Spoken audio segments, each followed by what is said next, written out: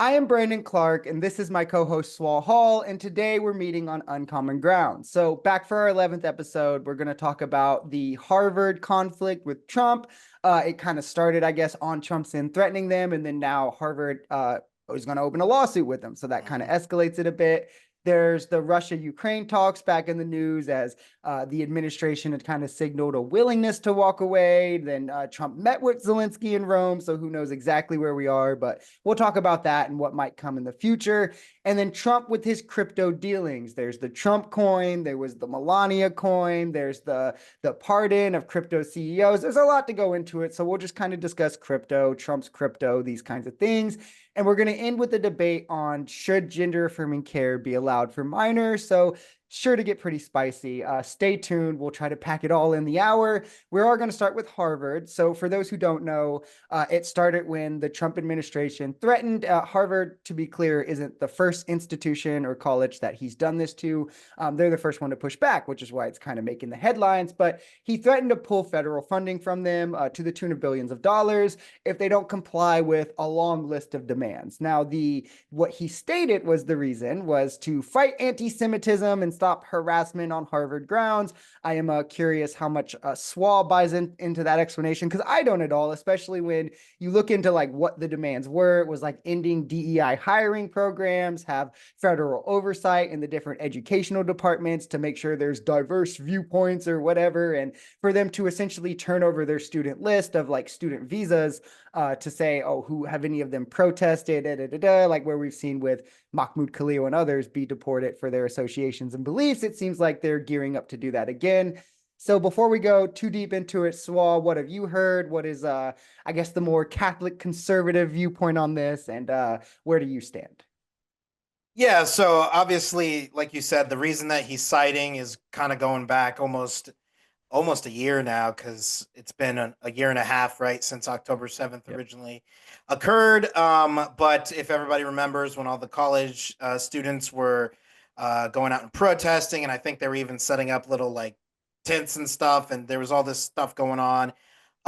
So overall, I don't have a big issue with the government. Obviously, if they're already in control of the funding, with them kind of deciding what you need to do to earn that funding, because that's just kind of how the system works. That being said, I do have concerns. You mentioned the one student who was totally unfairly sent away. I definitely don't want any situations like that, but at the same time, I don't think that the colleges should be a breeding ground for anti-Semitism either. Not to say that Harvard is like going out of their way. I don't think it's Harvard as much as it's the individuals who attend there who are making these choices.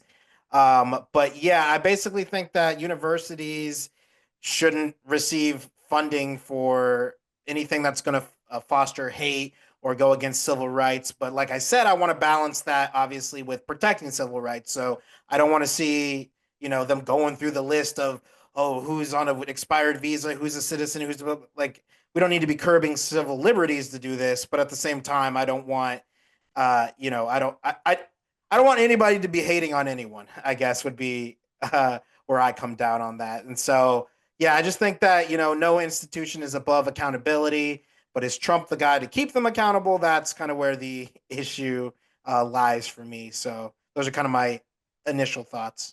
Yeah, and I could kind of agree with you on points of that. I guess my biggest contention is that there really isn't a one-to-one line to draw from federal funding to anti-Semitism. Like, and this is a misconception I feel like a lot of people have is when they hear like, oh, Harvard's getting billions of dollars, they're just thinking like, oh, they're getting their way paid for them. They're paying their staff. They're keeping their lights on.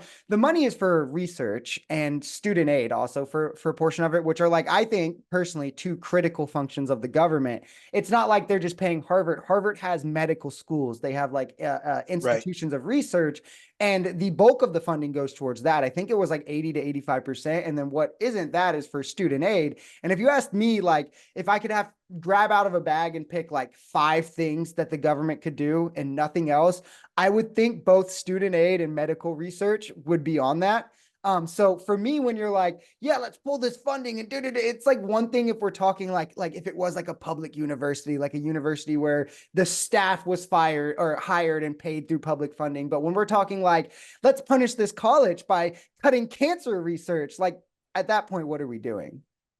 Yeah, I think I would agree with that, knowing now that you've said the kind of the breakdown. If it's not actually going to be, it's sort of one of those things where the punishment has to actually reach the intended people. Yeah. Otherwise, it's just kind of like, what's the point? And so, yeah, if this is not going to hurt the college at all, and it's just going to hurt, doctors and cancer patients, then obviously this is a disastrous plan. But if it's going to, make the college be like, oh, we should probably tighten up on some of these things that we're, not policing as much, then I would be more in favor of it. But yeah, if it comes down to 80% if it's going to like you said, medical and student aid and stuff, then yeah, it doesn't really seem like this is the way to achieve the goal. Yeah, like But Harvard is they have like they're one of the leaders in medical research, engineering right, research is another big sector of what they do, different like STEM fields, really they do a lot of research in where I would agree with you that I think one anti-Semitism is a huge problem in America to like put that out there, right? Like it's something we both agree on. And I do think it needs to be quelled. I do think after October the 7th, like that kind of bred the grounds for people to feel comfortable being anti-Semitic, whereas like it kind of wasn't before, right? And in colleges, yeah, sure, there is a way to address this. It's just for me when it comes down to when one you're saying that, and then what you're like demanding is, hey, like cut any DEI hires. Cut out like or let they he wanted a federally appointed person to have oversight in their educational programs to ensure quote unquote viewpoint diversity, which to me, if you look at like the other institutions Trump has gone after, where there's been more direct, like cutting out Black studies, you can look in the federal agencies where they've cut out like the celebration of ethnic holidays. I think it was the Department of Defense said they're like not going to celebrate Martin Luther King Day anymore, or like there's a couple of them. But why would you like what is the viewpoint diversity? Who is going to be in charge of this? And then why would we want government overreach into private institutions? right, and that's exactly what I was just about to touch on. Is if this is a public university, Ivy Tech or something, by all means, like they Mhm. they basically own it. Yeah. Like it's owned by the people at that point. And if we vote in a a conservative crazy person, then that's what we voted in. Like that's just how the system works. But yeah, when it's a private institution, other than the money and deals that they already have, yeah, they shouldn't have their fingers in it at all. Um, at most, I would think the students and the parents of the students should have say in what's going on in the university. But I don't really see why it's any of Trump's business. Like obviously, every American to some degree is his business, but yeah, it does seem like a bit of overreach if it's a privatized company or university. I don't know if company's the term, but What do you think of his pattern kind of now? Are you worried at all of doing this? I know he did it with like Columbia. There's Harvard now. There was when he first talked about doing it, he released the memo where he directed Pam Bondi to look into private institutions that he could specifically open lawsuits against. Like, is any of this frightening to you? what do you know what became of the Columbia one off the I'm not top? exactly sure. I know that Columbia was more willing, like they weren't going to fight. They were kind of like open to tell us what you want and stuff, but I'm not Sure. sure where it progressed from there. Yeah, and I mean on a lot of this stuff, I'm not a judge, I'm not a lawyer, I don't know the laws.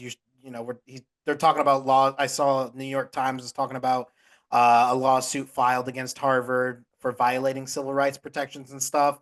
Like, if some lawyer like has actually gone through this and legitimately thinks that there's like some case and some ill doing from Harvard, by all means, of course, I don't want anybody violating anyone's civil rights. But again, if it's just him making up stuff, then yeah, that's where the concern starts to creep in for me. Where it even if his intent is different, the appearances matter, and the path that he's going down, it, it becomes hard to defend from a conservative point of view when you're talking about government overreach and wanting small government.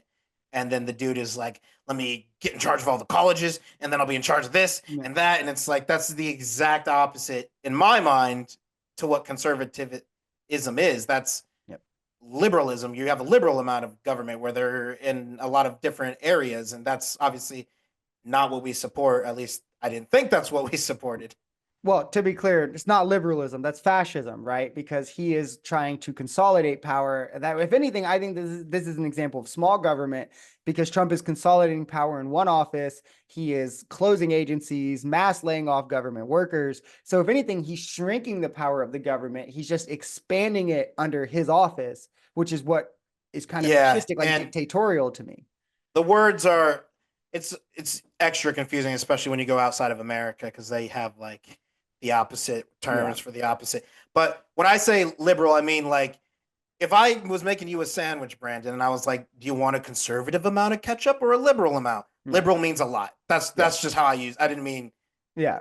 liberal as in liberty Mm. and progressive. I just meant like a liberal amount, like Yeah. generous with it. So just to clarify. Yeah, no, and I don't know. It's all worrisome to me when it seems to also only be dissenting voices. Like there's been protests on like every camp college like across the world. You don't see these Right. like conservative leaning call like Baylor, Texas University. None of Mm-hmm. these are getting called out by the Trump administration. And then you see them like, I mean, aside from this point, but going after judges, going after like all of these other people. It's like at what point do we say, hey, this isn't how American government is structured or works? Right. Yeah. I mean, honestly, I, at this point, I don't even know how it's supposed to work because it feels like every 4 years we're going after every pick we've had and since we've been old enough to vote. But at least this is the end. Yeah. Yeah. Although I was going to bring up for our debate when you asked me, I was like, maybe we could do the Trump hats. I don't know if you saw the 2028 Oh, hats, yeah. Yeah. I mean, I've but seen them talking about it, and Trump said, yeah. oh, maybe. I don't know. We'll have to see. So maybe it's the end, but Yeah. Yeah. Maybe. Hopefully. If not, I mean, I just hope they run JD Vance in 2028 so we can absolutely win by a landslide. But yeah. So if you didn't have anything on that, we could jump to yeah, Russia, let's move on Ukraine. to yep. The thing Trump said that he would have completely solved by day one, we're of course now, what are we, day 97? We're like day 90, Something like we're, that. we're closing in on It's 100 almost days. May, so Yeah, and no progress at all has been made. Where Marco Rubio, said in an interview that the U.S. was willing to walk away from peace negotiations if progress wasn't made. Now, as I kind of hinted to at the beginning, since then, Trump has spoken to Zelensky. I don't know the exact contents of the conversation. Obviously, Trump went on to also then say, hey, we're close on a deal now. So who knows with Trump anymore, like where we are or whatnot. But both Rubio said we're willing to walk away. Trump kind of went on a long tirade on Truth Social about how it's all Zelensky's fault, despite the fact Ukraine was the only country that signed on to the ceasefire deal. Putin didn't. Putin continued attacks. There was a pretty large strike in Kiev. What do you think, Swa? What do you think about how the Trump administration has handled this and where they've led us to now?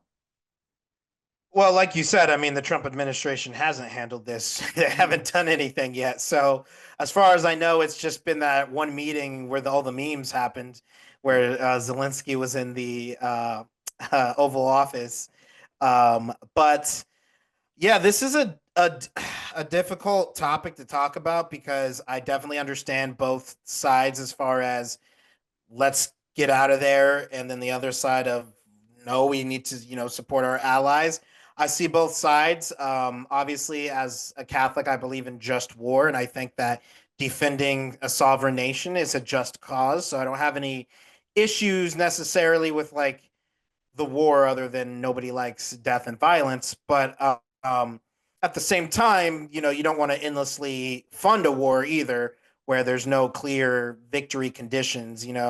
I don't know if it's true because it was Trump just ranting on Truth Social, but he said about was it Crimea he was talking about, right? Mm-hmm. And of course that was during the Obama. I love how he put Obama, or no, Barack Hussein Obama, like the full name, Yeah, under the always does. Obama administration. And so that's where I sympathize with Trump, where I'm like, look, Zelensky, I understand you would love Crimea back, and I would love for you to have it back, but at this point we're talking about what, 10, 15, 10, 15 years, somewhere in that range. 11, It's yeah. like, I mean, sure, if you can, but it doesn't seem like it's really going in that direction. So it's kind of like the Israel Palestine thing, where to me, as somebody who's obviously not boots on the ground, has never picked up a gun in my life, so grain of salt, it gets to a point where you have to recognize when things are unwinnable and what kind of victory you can have. And that's not to say that we just allow Putin to get away with taking the entire country or anything, but with stuff like Crimea, and again, I don't know if he's actually hung up on that or not. Um, it concessions will have to be made essentially if we want to save lives, as far as I can tell. Granted, I'm not a military expert, so that's kind of where I stand on it. As far as I'd love to see peace, I'd love to see it come to an end, and of course, I'd love for Ukraine to get all of their land, but I don't see that happening in any realistic scenario. So I think they just need to realize that, okay, but what can we keep realistically? And then us, the allies, need to do a better job to make sure this never happens again to Ukraine moving forward. Yeah, it's a tough one to me. And I think, and what shouldn't be understated is that this is a tough conversation because of both. I wasn't going to say Obama at first, but both Obama, it was 2 years of Obama, both Obama and Trump's inaction when Putin went into Crimea in 2014. Obama should have responded right away. And then Trump also should have, because, like, to be clear, there were attacks in the Donbass all throughout Trump's first presidency. There was fighting over Crimea, and he chose to kind of just stay out of that, probably so he could have the no wars marketing point or whatever, and that means more to him than peace. I do think that puts us in a tough position because, like you said, it's been 11 years of like occupation. I mean, essentially of it being in Russia control. And it's hard to say, like, yeah, you're going to get Crimea back. But then I think there's also, when you make a peace deal, you want to make sure that what you're not just doing is kicking the can down the road. And I Mm-hmm. think that we have to be sure that whatever deal we make, whatever deal is signed, that it doesn't just lead to, in 4 years, Putin invading Ukraine again and trying to take Right. more. I think that would be an absolute failure if that were to happen with whatever the deal is. And I think that if he, just from a behavioral stance, he, this all began because he attacked to take Crimea. So if we reinforce that by giving him what he wants, I don't see how that, what prevents him from doing it in the future if Right. there's not heavy concessions from his side as well. Like, I mean, Ukraine has pushed back some on the other flank. Maybe there's land swaps. Maybe there's Ukraine has a pathway to NATO. I don't know what it might be, but I do think that, like, the Crimea thing is a lot of leverage, first off.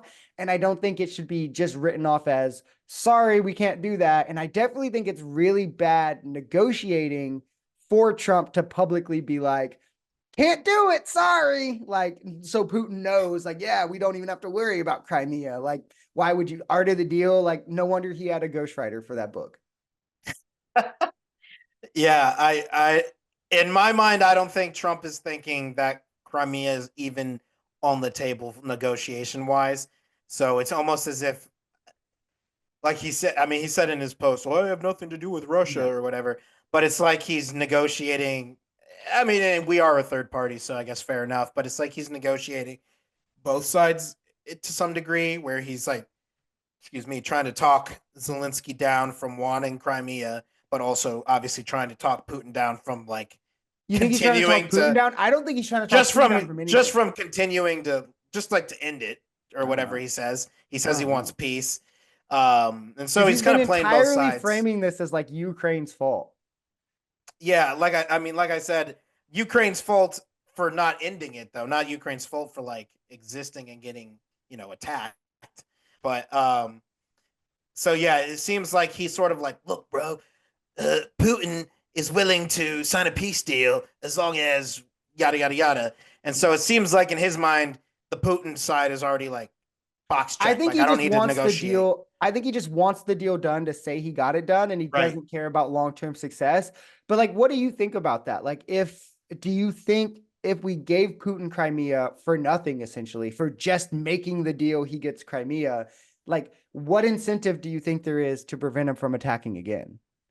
Yeah, I mean, like I said, I don't know all the ins and outs of our allyship with Ukraine, but like you said, Obama and Trump both sat there and did nothing. Yeah. So I think I'm not sure what other countries besides us are allies of Ukraine, but I think there needs to be some sort of treaty or another sort of conversation between the allies of Like them like, coming into NATO. I mean, that would be excellent, obviously, Yeah. but anything like that, essentially, just that the allies are actually going to show up when the Yeah. time comes. Um, or, maybe the CIA can take out Putin, but that's a side thing. Right. Hey, it's not like we haven't done it That's what I'm before. saying, bro. It's like par for the course. Like, Not gonna happen under Trump though. That's his best bud.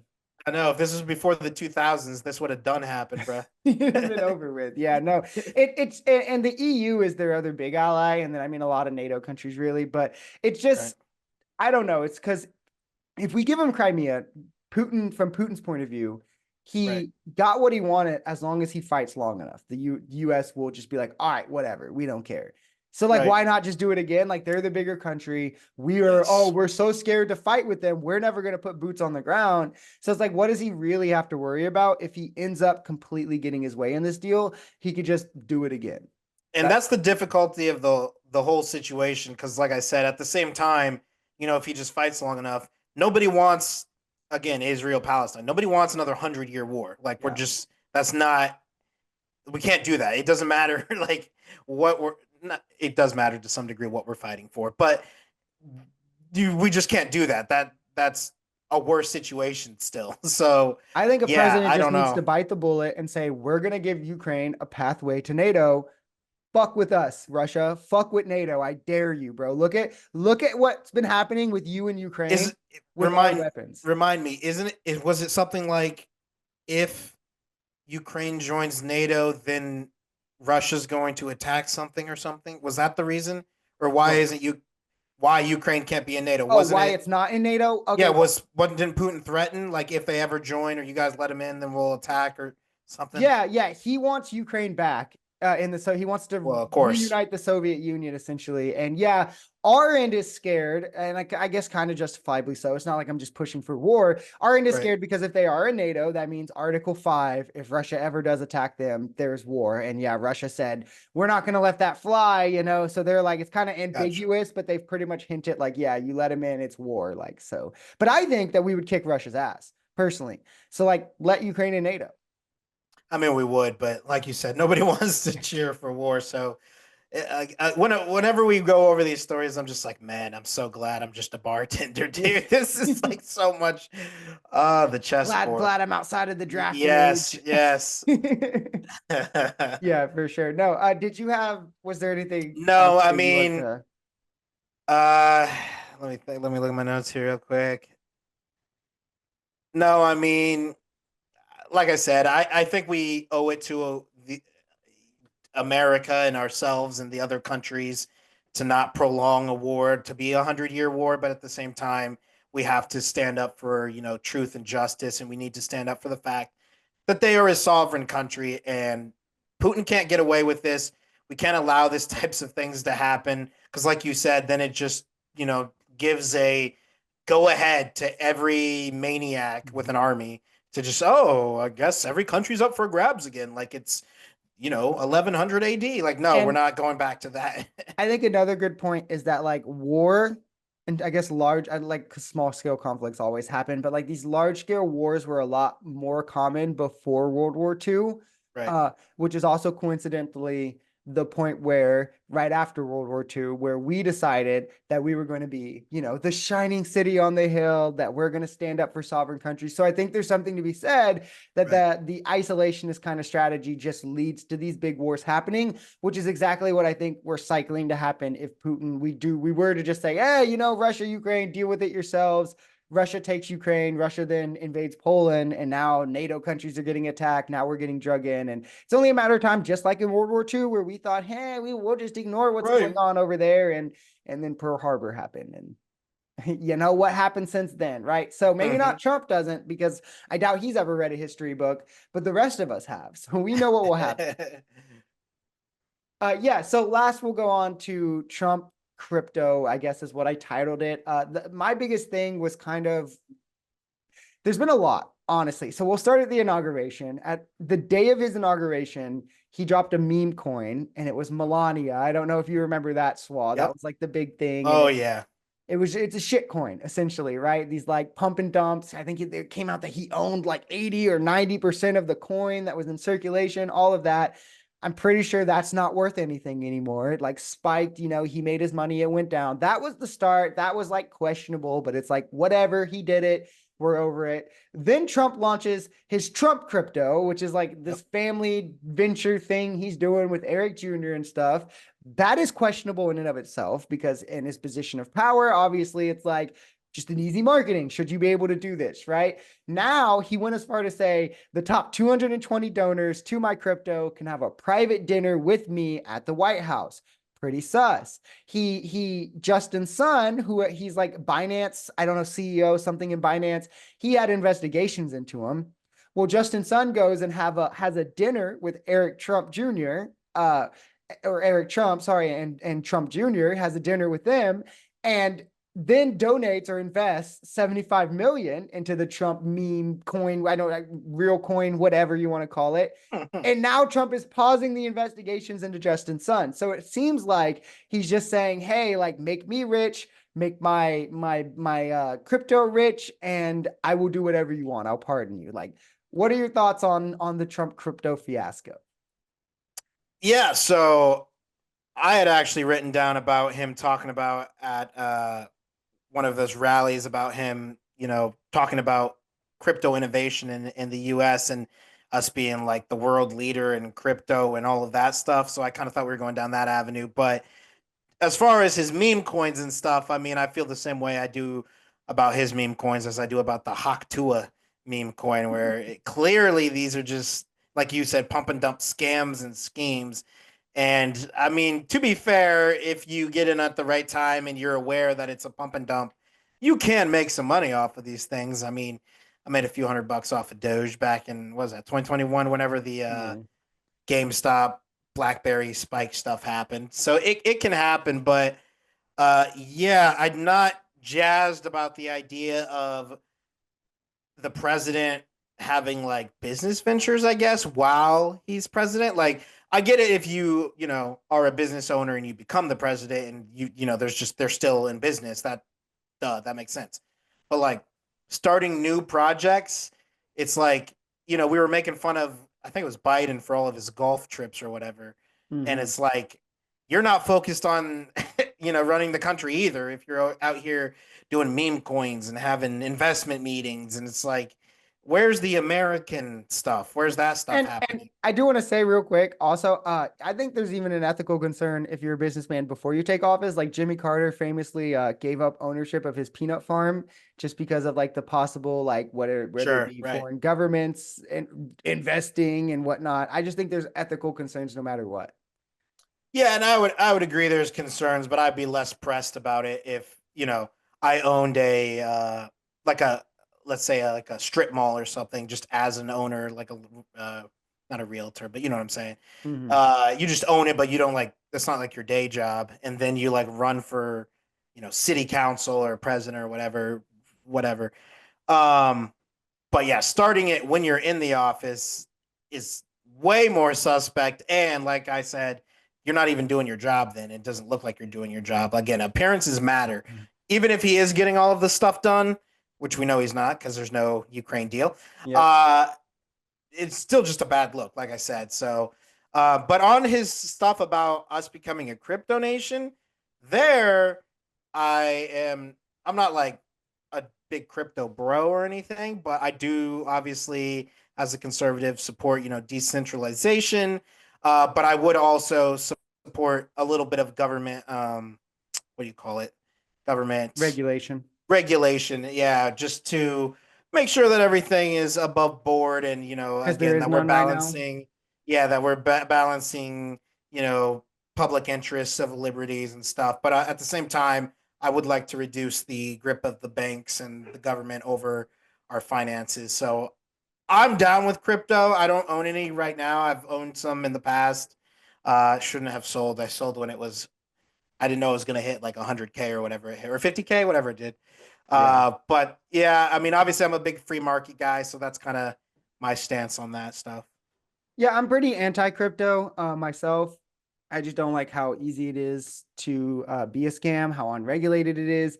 I don't know, I guess all of like, I know Trump's talked a big game about making us like a crypto leader. I don't know like the ins and out of all of it. I know the actions he's taken have been horrendous. Like he ended the crypto enforcement program, like effectively the crypto police, kind of like the CFPB, but for like crypto, like the people who investigate these crypto companies that have turned over massive scams.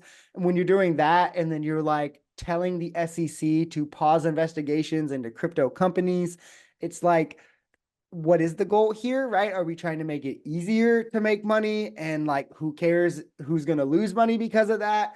Or like, are we trying to make this a legitimate thing? So it really just all kind of reads to me as like scammy and gambly. And it's like, if it wants to have its niche, I'm fine with that. Like, I'm not like a banned crypto guy. At least I don't know. I don't know enough about it to have like a real position. Right. But I don't know how much I'm comfortable like the government trying to promote it to be like the next big thing. Yeah, and I'm more when I'm saying like I'm kind of down with it, it's more like obviously like the bigger like Bitcoin, Ethereum. I'm not talking about again Haktua coin or Trump coin or any of like I'm not jazzed about the idea that like anybody can just like I can make a Schwa coin. I Yeah, think that's kind of stupid. yeah, But having the whole blockchain technology is more of what I'm in it's support of. I cool. I think mean, that's I would need has some like utility. I would want there to be really high tax rates on it. You know, it's like my same opinion, I guess probably would probably be close to like my opinion on the stock market, where I think it would probably work more as like a tool for wealth hoarding and to make like income inequality even more wide than it is already. And yeah, it'd be where people would hide their money to not have it taxed, is what I would assume it would end up being, which is why I would be like uncomfortable with it being like a big thing. But Yeah, but anybody. I mean, crypto is a little bit different because it requires education to a level, at least right now, uh, that it doesn't quite take to just buy a stock. That makes it a little bit more unbalanced. But at least with like the stocks, it's not like I mean, my 2 year old has an investment account. I mean, I made it for him, obviously, but so like anybody can have one of those. But obviously, with Bitcoin and the blockchain, you kind of like I barely even know what those words mean, and yeah. I've owned Bitcoin and I barely know what the blockchain is. Like I have an idea of what it is and how it works, but Yeah. they See, talk I about just because Bitcoin mining and it's like okay, you I lost know me. that like the big thing is there's like a finite Yeah, amount of resources. coins, Yeah, which I think if anything to me would make me think it would be even easier for wealth hoarding to happen with crypto. Cause like with stocks where that's not even the case, we see like I think it's like 93, 94% of the stock market's wealth is held by the top 1 or 2% in America. And if crypto has a finite amount of coins, not only could like that be true, but then the massive swings that like the rich could cause for these cryptos, to where if they own 93% but like of the coin, like they just, oh well, like well Trump, oh the thing goes down and then we invest $1 billion and now it shoots up and we've made our billion 10 billion. And meanwhile the person who like doesn't know as much and had their like life savings invested in it and got scared and pulled it out just lost 50%. And I don't know, to me it's like gambling and not something yeah, the and government should right get now involved it's in. weird because all the crypto bros are talking about how great crypto is, but then like you said, they all end up selling their coin for American cash. Like Yeah. that's the Yeah. funny part about it is it's. I mean, there are businesses you can go to now, especially like vape shops and gas stations, where they'll like accept Bitcoin payment, but unless we like swap to crypto, they're always going to, like you said, it's always going to plummet when these people sell So, to yeah. make a profit.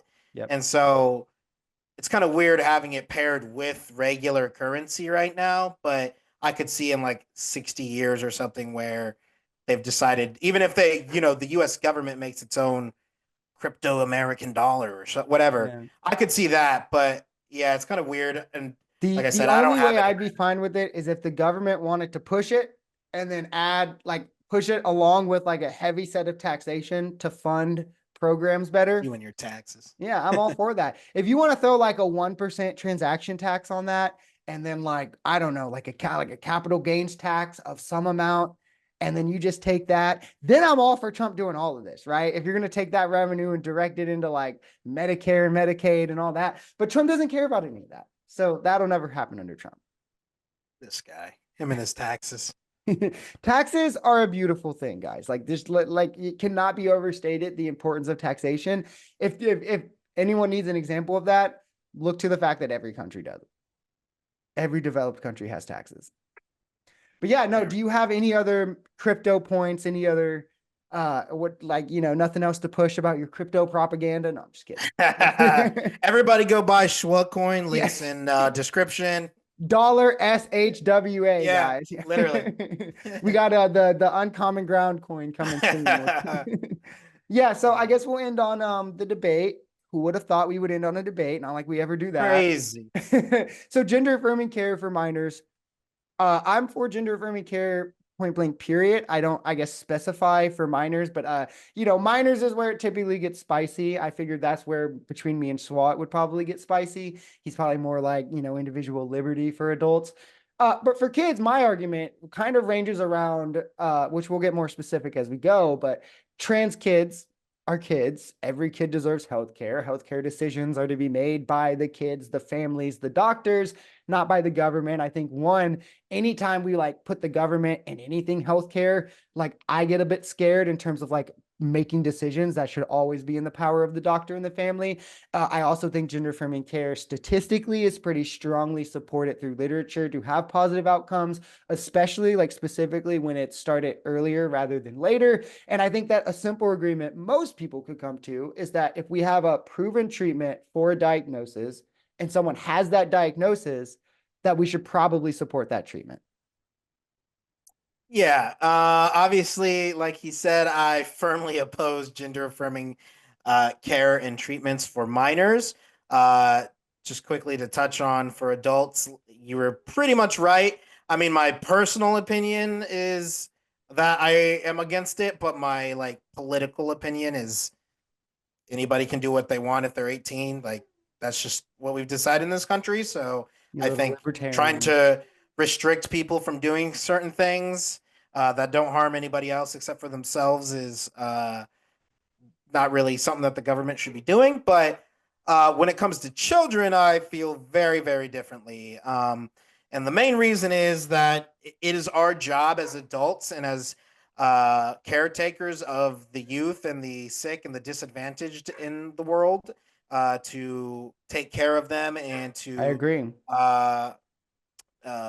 make decisions and stuff when they're unable to, and kind of safeguarding them from irreversible decisions. The same reason I wouldn't let a 9-year-old get a tattoo is the same reason I wouldn't let a 9-year-old chop off their breasts. So, just to share a few stats that I had pulled up, just about mental health from the American College of Pediatricians shows that gender dysphoria often resolves naturally after puberty in 80 to 95% of cases if untreated.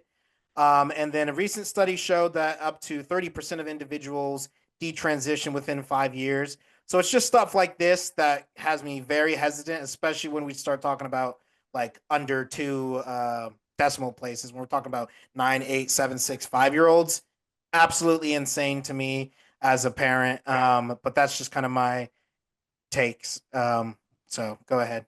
Yeah, I would start with the statistics you cited, specifically the detransition rate.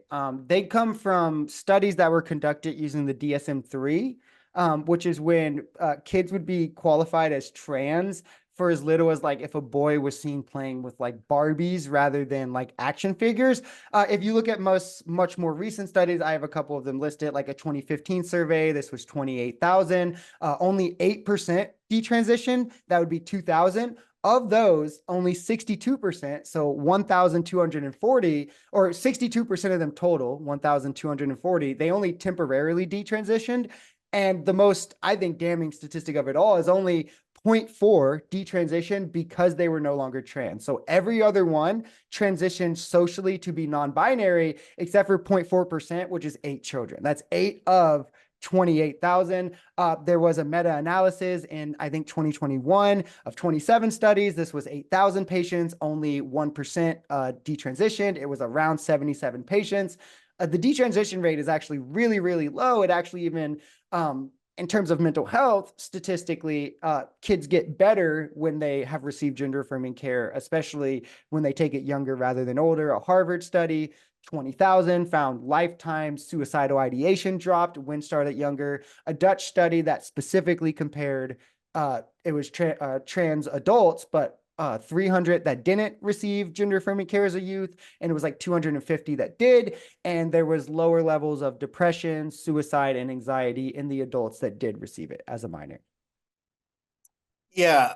So I don't want to, get into a stats battle because I find it to be kind of exhausting of my study versus your study. But the one that I was using with 30% is actually from 2022. So it's not from before Yeah, 2015. they're using Um, qualifications of the DSM-3. Gotcha. Yeah, I would have to investigate it further. But going on to, some people are not even talking about, obviously, there's very few children, I'm willing to admit, who go through the full on surgery. That's just doesn't happen all that much. A lot of doctors aren't even willing to. Thank God. Well, actually, But no doctor's supposed to. It's not even part of what like right. official gender affirming care is. Yeah. And to my knowledge, in the U.S., I don't know about the rest of the world. Well, yeah, I don't know Puberty, anything else. puberty, puberty blockers. That's kind of the big thing that we're mostly talking about when it comes to minors. Is my understanding is, uh, you know, trying to pause if it's a lot harder to transition later in life, from what I'm told. If you go through puberty, and if you're a guy and your shoulders start to expand and your jawline and whatever, it's kind of hard to fix all of that when you're in your 20s, 30s, and 40s. So they kind of want to preemptively get that. Mhm. But we hear a lot that there's no side effects, they're not permanent. But from the Mayo Clinic, they actually say that puberty blockers can cause irreversible bone density loss, they can cause infertility, and they can cause emotional stability. Which, if anybody has ever had an 11-year-old, I think you have, like a 10 or 11-year-old in your home, you know that that's about the most emotionally unstable age to begin with. But overall, like I said, I just feel like protecting children is our job, and that as a just society, we should not medicalize what's clearly a mental health struggle, and instead we should go for compassion therapy and patience. And that both the science, the medicine, and of course, from my perspective, the theology, all warn against going after and harming the body before the mind has even had a chance to fully mature and understand what it wants. Being a kid is a confusing time. I thought I was gay or bi when I was like 12 or 13. Turns out I wasn't. Um, and all it took was a little bit of experimentation, how it is when you're younger. Um, and then you find out, nope, yeah, that's not for me. And so I think there are better ways to kind of go about this if parents are wanting to sort of let them experiment. Like, I don't have a problem with boys wearing dresses, playing with dolls, doing whatever, putting on makeup, whatever kind of gender expressions we could allow them to participate in without uh, messing with their biology or their bodies. I just don't think that that's a wise thing to do, especially when the science and the data for this many people just hasn't been done. Granted, obviously that's because of it being more socially acceptable, but it is just the case that we just don't have thousands upon thousands upon thousands upon thousands for decades through their lives of study. So, yeah. Yeah, so I guess there's two parts there that I would disagree with big. One on puberty blockers, which I'll get into, but first, because you said so obviously a mental health epidemic, the majority of trans people don't have gender dysphoria, which is the mental health, the diagnosis that you would have, the mental illness. So it's not for the majority of trans people, it's not even mental illness. I don't like that. I feel like is overstated a lot of times by conservatives.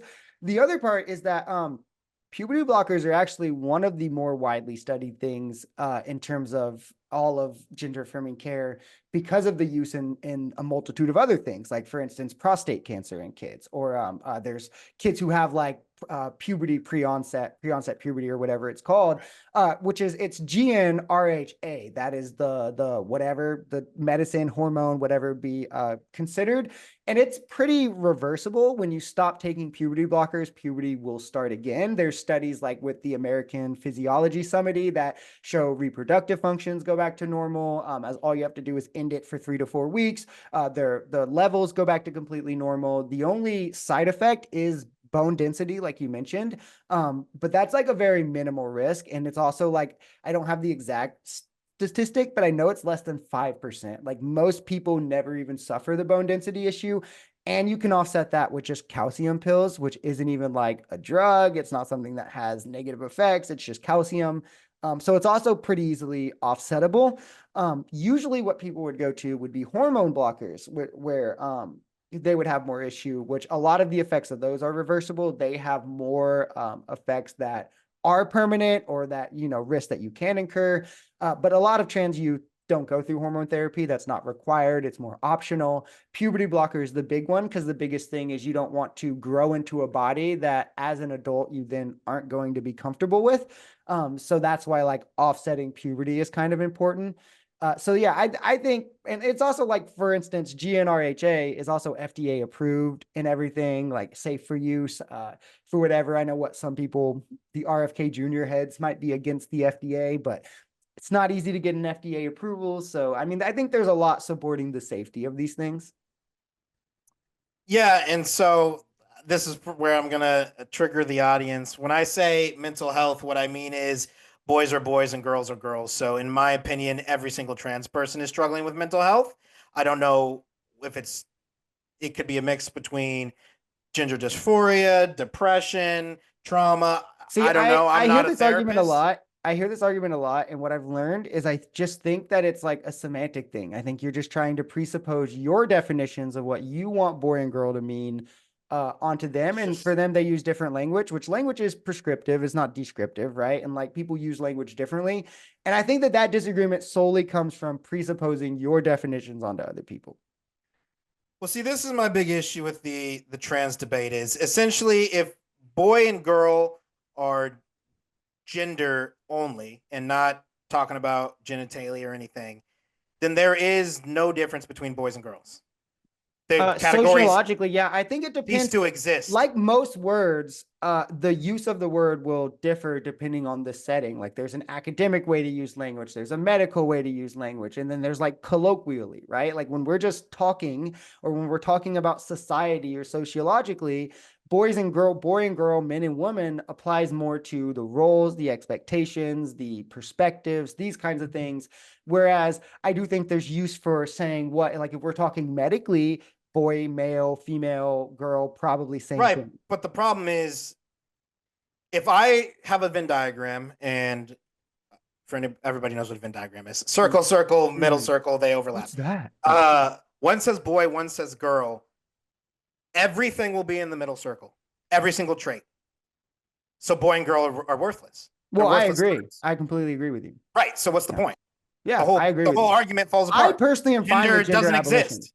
What? No, Exactly. no, no, no, no, no, no. The utility is in that they do exist. That's what the But utility it in the but gender. it doesn't exist. You just acknowledge there is no trait that doesn't belong to both. So there is No, no so I agree categories. with you, but what it is that there is this kind of orbit. The way that a lot of sociologists explain it is that there is this orbit, whether you accept them or deny it, there's an orbit of expectations, roles, judgments, and perceptions that But whatever you society has rejected it. that will be placed upon you. Whether if you're a girl, you know what I mean, it's going to be an easy example is if you're a girl, no one's going to look at you weird for having a purse. If you're a guy, society is going to look at you weird for having a purse. You could also think like NBA But players, not like anymore.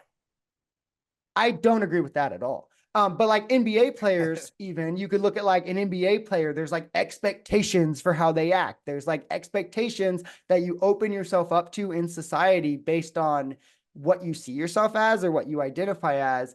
And I think that that is where the utility in gender is, it's just as labels essentially. But I'm with you in that I think that gender is stupid, and I would be fine for gender to be. I'm fine for like abolition of gender. I think you guys can see that. That's my boy Harry Styles on a dress on the cover of Vogue. Society doesn't care anymore. Wait, hold on. You don't think Harry Styles got roasted to ever living hell for that picture? I can yeah, and everybody right wrote now and find and a million people talking shit about him. Yeah, you're always gonna Whereas have, a woman never would. A woman would never have to deal with that. That is the difference right there. That is what I'm talking about. You're always gonna have. He's opening himself up to judgments by doing that because he is a man that a woman would never be opened up to. You're making my point for me. Everybody is always going to have their own personal opinions and judge, but as a society, as a whole, you are applauded and clapped for wearing a dress if you're a guy. You are applauded and clapped for wearing pink. No, it depends on where you're so in touch with your masculinity. You're not scared to wear pink. You're not scared to. Yeah, no, that's not even kind of true. No, that is 1,000% true. No, it's not. And like I said, by the way, saying that as a straight Catholic male, by the way, guys. Yeah. And I'm saying I will wear pink. I will wear a dress. I wore leggings in high school because nobody cares. No, people care. People absolutely care. Yeah, like crazy Uncle whatever Johnny off of Coke at Thanksgiving. Like the people that we ignore and we shun and we don't talk to. But why do you think Matt Walsh has an audience? What do you mean? What do I think Matt Walsh has? Matt Walsh's like main thing is talking about how like women should be like subservient and they should act a certain way and do. I've never heard that man's talk about that, but how often I've heard him talk about Walsh. I cover Matt Walsh kind of regularly on my channel. I know he's his main thing. What is a woman guy? But I've never heard him talk about women need to be subservient. That's his main thing. That is literally his main thing. I mean, I don't watch him, so maybe that's true. But I only know. Why do you think he has an audience? Because there are a lot of people feel that way. Well, so here's what I'll say. In my opinion, prior to about, we'll say 6 years, I'll say 6 years ago, I don't think anybody, conservative, liberal, cared all that much after 2014 about gay marriage being legalized. Like once it was done, I think we were all kind of like, okay. No, that's not true at all. I think we were all kind of like, cool, whatever, it's done. Moving on. No. And it became not a problem. No. Then the trans stuff started. Ben Shapiro, like 2 years ago, was talking on his show about how, oh, well, if I'm discriminated as a Jewish man at a bakery, I'll just go across the street to another bakery. So why can't gay people do the same about marriage? Like this is still an argument in like mainstream conservative. Well, yeah, I'm the more. Daily Wire pushes this as like one of their main points. And the Daily Wire is like one of the biggest conservative. Repeal gay marriage? Repeal the 19th. Repeal gay marriage. Yes, they push all of that. They don't want women to vote. They don't think gay people should get married. They think women should be completely subservient to their wives. Ben Shapiro, Matt Walsh, Michael Knowles, they all do. Absolutely. This is like their main thing. I will give me quotes because I believe maybe Matt, but there's no way Ben Shapiro doesn't think women should be able to vote. There's no way he has that opinion. There's no way Ben Shapiro has that opinion. Why? Why do you think that? Because he's like normalish. He's not normalish. He's not normal. He is normalish. No, he's not. He is. He was the one of the one when Trump what's it called? The Capitol or whatever. He was one of the few conservatives being like, this is insane. And now he defends it. And now he defends Trump voted for him. No, right now with his tariffs, he's going, this is insane. Ben Shapiro is like a normal person, and he will actually call out when people are acting unhinged. No, he's not. Well, disagree. Agree to disagree. Okay. But going back to the trans kids, like I said, boy means have a penis, girl means have a vagina. Anything else is irrelevant in a useless term, useless English, does no good. If you say, oh, that's a boy, and I can't get any information from that word, then the word is useless. Words have to portray information, or they're like useless. For instance, right? Do you know who Blair? Blair White. Blair White. Yeah. Do you know who that is? Yep. All right. Let's say that me and you were in a bar, right? And I was like, "Hey, my friend's about to come in. Can you go get him? He's the boy by the door." Right. And it was Blair White. There's Blair White, and then there's a dude. Who are you gonna go up to? Right. But we're in a world now where we've decided that. Oh, no. Being boy doesn't mean. No, hold on. Because one, that's utility right there. I'm explaining utility to you. In that Yes, but it I'm would be talking so about much easier for me to tell you, if the case of Blair White, to go, my friend is going to come in, she is by the door, it's the right. girl with the pink dress. If I was like, And it's so the then you boy are by the saying, door. so then you are agreeing that girls have boobs, girls wear dresses, girls have long hair, girls wear makeup. So I'm you're agreeing just, that there is you are I'm no, undermining I'm your agreeing entire that there's a argument, societal undermining the expectation. entire argument by No, saying, no, I'm yes, are actually, you a girl is listening to just what this I'm set of saying? Wait, hold on. Are stereotypes. you listening to my position? Because what I Yes, said you're is that trying. I get. You're saying there is it's a useful. societal expectation. Yes. There is an orbit of expectations, perspectives, judgments that you open yourself up to. I am admitting that, yes, there is a societal expectation. Whether consciously or subconsciously, when we think of a girl, there are things that as a society we think of. We think of things like dresses, like boobs, like makeup. And in that alone, there is utility in the words boys and girls. That is my argument. That is the utility, is the fact that we all do that. Is that when you close your eyes and you think boy, you think one thing. When you close your eyes and you think girl, you think another thing. That doesn't make boy and girl that, but it opens boys and girls up to those expectations and judgments. Right. But what Do you I'm think saying, do you think you're judged by the same standard that a girl is, and just not in terms of like, like I'm not talking from like, I don't know, like a theological standpoint or whatever, but like a high school, like how kids would look and like be judgmental. Do you think that like guys are like judged over the same thing that girls are? I mean, it just depends on the type of guy. No, Like it's if you, like, oh, he's not strong or he's this and that. no, And I girls, mean, it's if like, you're gay, if you're a twink, then they expect you to be gay and a twink. Like it just depends on what type of guy you are. If you're black, then they might expect you to listen to rap and do whatever type of stuff. They might be way off, like they would be with me. But right. And it those just would be depends on different. what And type those would of. be different than that of girls. Well, I mean, some there would be overlap depending on what. Like I said, depending on the guy or the girl. There would Like be some it used to minimal be, overlap, maybe. for But instance, the point I'm making is that the utility in these existing is the fact that inherently there are expectations that are different, just inherently in society. That's so let just me ask you this. sociologically true. So you would agree it's essentially all illogical and not and made up essentially at that point.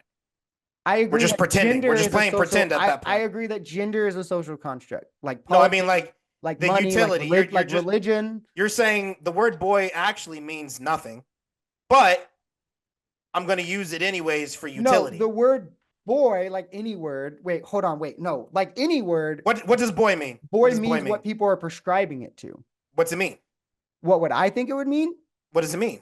Just what I does would think boy it would mean? be somebody who is opening up themselves up to the orbit of expectation, perceptions, or judgments that are typically applied to male children. Also, where their personal schema, like their phenotypical traits, line up with that are typically embraced by male children. That is what I would What probably is that last part? Skina, what the I don't know what that like is. they're the way they view themselves. I want to, just because let's say society views a girl some way, right? And you can line up with all of those judgments or expectations. If you don't personally see yourself as opened up to those, then I wouldn't say you're trans. Like I wouldn't say a girly guy. People call me feminine, but I don't think that makes me a girl because I see myself as a boy, essentially. Okay. So you're saying could you recap the beginning part of what you just said a boy was?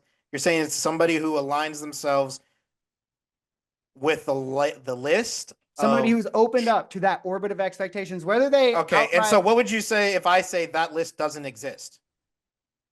if that list doesn't exist, I mean, If I said it doesn't exist, I like would I say say there is no sociologically, traits that I yeah, associate with men or women beyond penis and vagina. Other than that, I'm not arrogant, it's not on it's not, sexist, or stupid enough to assume yeah, that yeah, this we're girl talking, likes ponies. yeah. I don't know what the No, she I get likes. that, but I'm talking on a sociological sense, not a psychological sense. So the individual doesn't matter, it's society. In society, there are these expectations, there are these norms, there are these abnormalities that are applied on a sociological, so a societal level. Okay, so let me And ask you a further question on that then. I think And Gen wait, hold on. To Z. clarify quick before you ask, in a society where those didn't exist, I don't think gender would exist. But yeah, you can go on and ask. Okay, so it seems like we agree, but we think we're at different points in society then. Because to me, other than like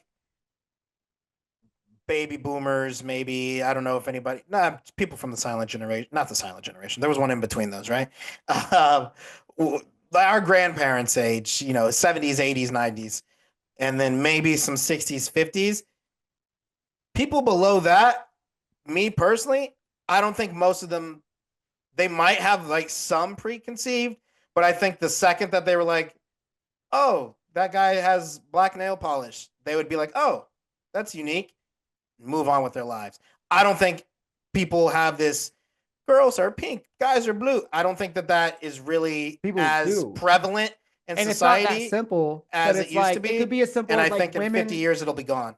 It's not that it could be as simple as women are seen as caregivers, right? Where a guy not working and letting his wife provide for him could be seen as like, lazy or inept, right? A woman not working with a man providing for her is seen as almost traditional, right? Like there's different expectations just in your roles, not even just what you're going to wear or what you're going to say, like down. And these are just inherent in society.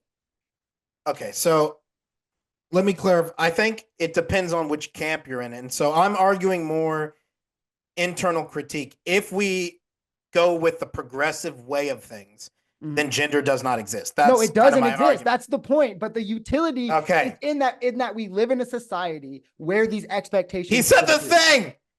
Sorry, you said we live in a society. Yeah.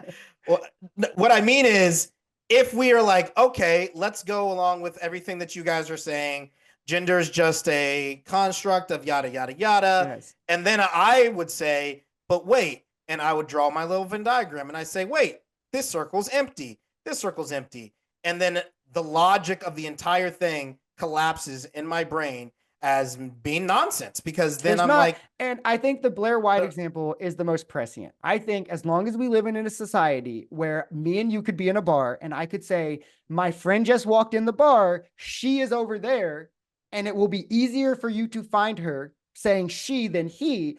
I think that gender has utility. I think that is the utility of gender, is in that situation right there shows the utility of gender.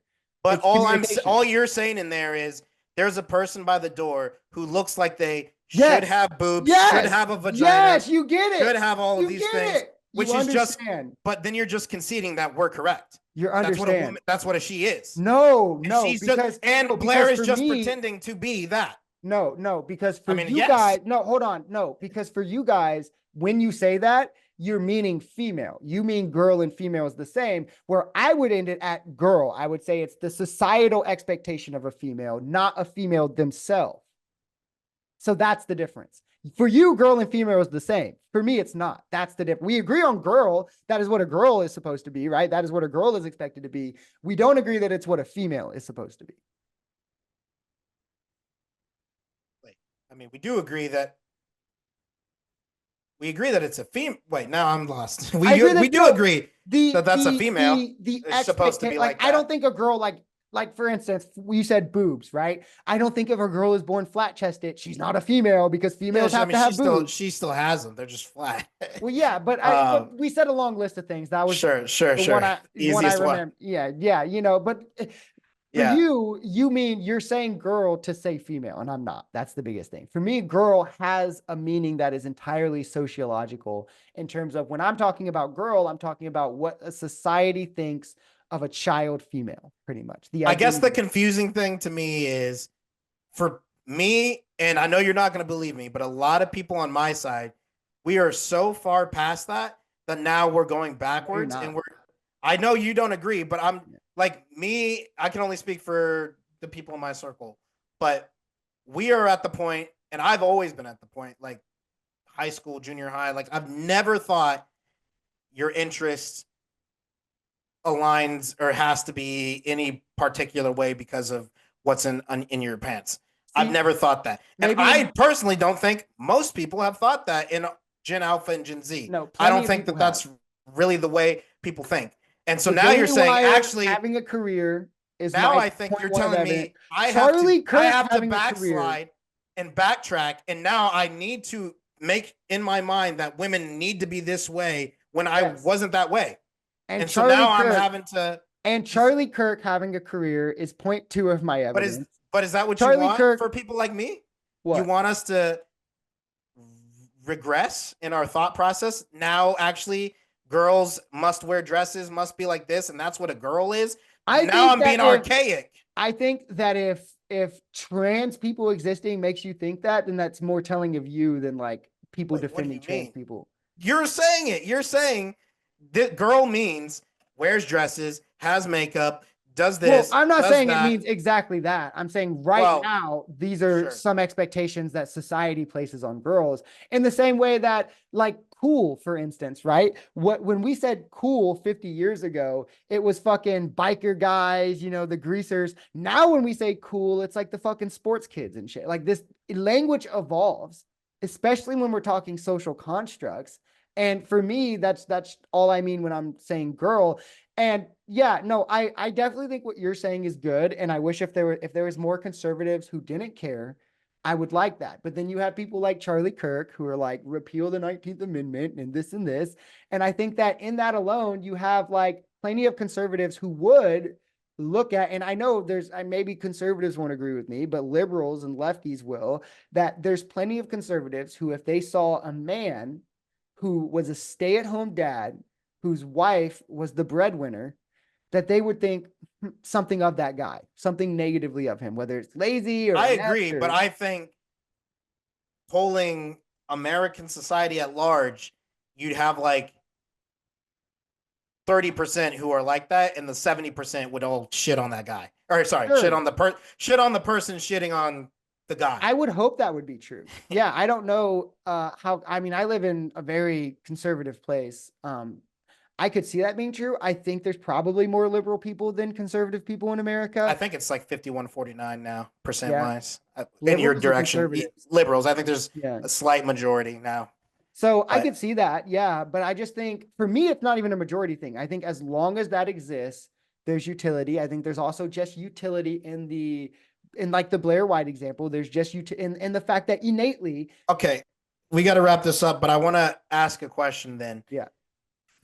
When I was talking about mental health, from my perspective, it sounds like, and correct me if I'm wrong, but it seems like you would agree with what I want, which is if you are the person who is like, I identify more with a girl, ideally, we as a society would get to a point where there isn't like that's the part that is a struggle for me because like I said I wore pink glasses, like prescription pink glasses, like big old frames. I was in a metal band and we wore leggings all the time. My ears are pierced. Like I don't care. And when we when people say I feel like I was born the wrong gender or I was born the wrong sex or whatever, and they feel like they should be the other one, Mhm. then to me they are like clutching and holding on to these archaic ideas of what a man and a woman is. Whereas there is no such thing as feeling like a woman Yeah. because there is nothing. Like I said, the box is empty. Mhm. If you feel like a person, you can be a man or a woman. And that's why it doesn't make any sense to me because then you're just saying, I just want to be X stereotype.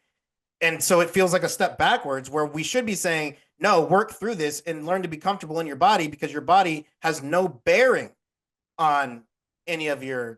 tastes, interests, Mhm. clothing choices, music choices. None of that has anything to do with what's in your pants. That seems like the more appropriate route than, well, let's just chop them off then and let's just get you to look like the like why? Because Well, because of how society is structured, girls still go in one bathroom, guys go in the other bathroom, girls play one sport, guys play the other. You go on commercials, you got right, but we're in the advocation stage. We're trying to make it more acceptable for trans. right. So instead of that, why don't we make it what we're talking about right now? Let's all get together and abolish gender. Let's work on that and drop the trans thing. That's what I would say. Because in the interim, that people should be comfortable, I think. I'm for But there abolishing will be gender. no interim because there will be no point to get to it Yeah, at I that just point. don't think that's pragmatic, right? For me, is like when you have to think of like it's like a step-by-step battle to get anything done in America. And I just think that the idea that we would go from gender to genderless, like people right now are like, there's even liberals who throw up at the idea of gender neutral bathrooms, even though that there's plenty of states that have them. It's Well, around the I'm not world, they saying have plenty of countries. sexless. I'm saying genderless.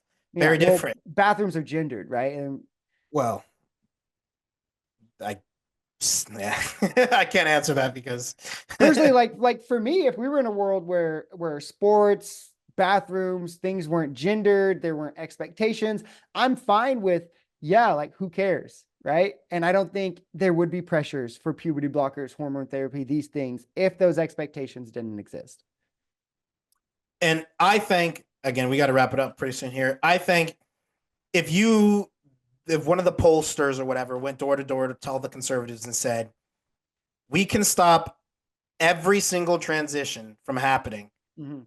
if you just change your mind to say guys can do literally and then list anything that's girly and girls can do this. And if we all agree to this, it will stop. Every single conservative would be on board No way, because because we care way more about there's people fights over trans sports mutilating right their. now. Well, again, I think we're not on the same. I'm not talking about. There's no separation between. I hate to use male and female, but males and females. I'm just saying. Oh, that guy's wearing a dress. Who cares? That type of attitude change in everyone is super feasible in my mind. I agree. And yeah, we can wrap it up. Maybe this will be a debate for another time, but it's the roles will still be separate. When society's structured in a separate way, again, men go in one bathroom, girls go in one, men play one sport, girls play the But other. that's about Men work that's 40 way weeks, more. The girls bathroom's care way for more house. about sex, though. The other stuff is more gendered, sure, but the bathroom is clearly more about you have a penis versus a vagina. That's a little bit more. No, no, I I mean, don't it know. is. What? No.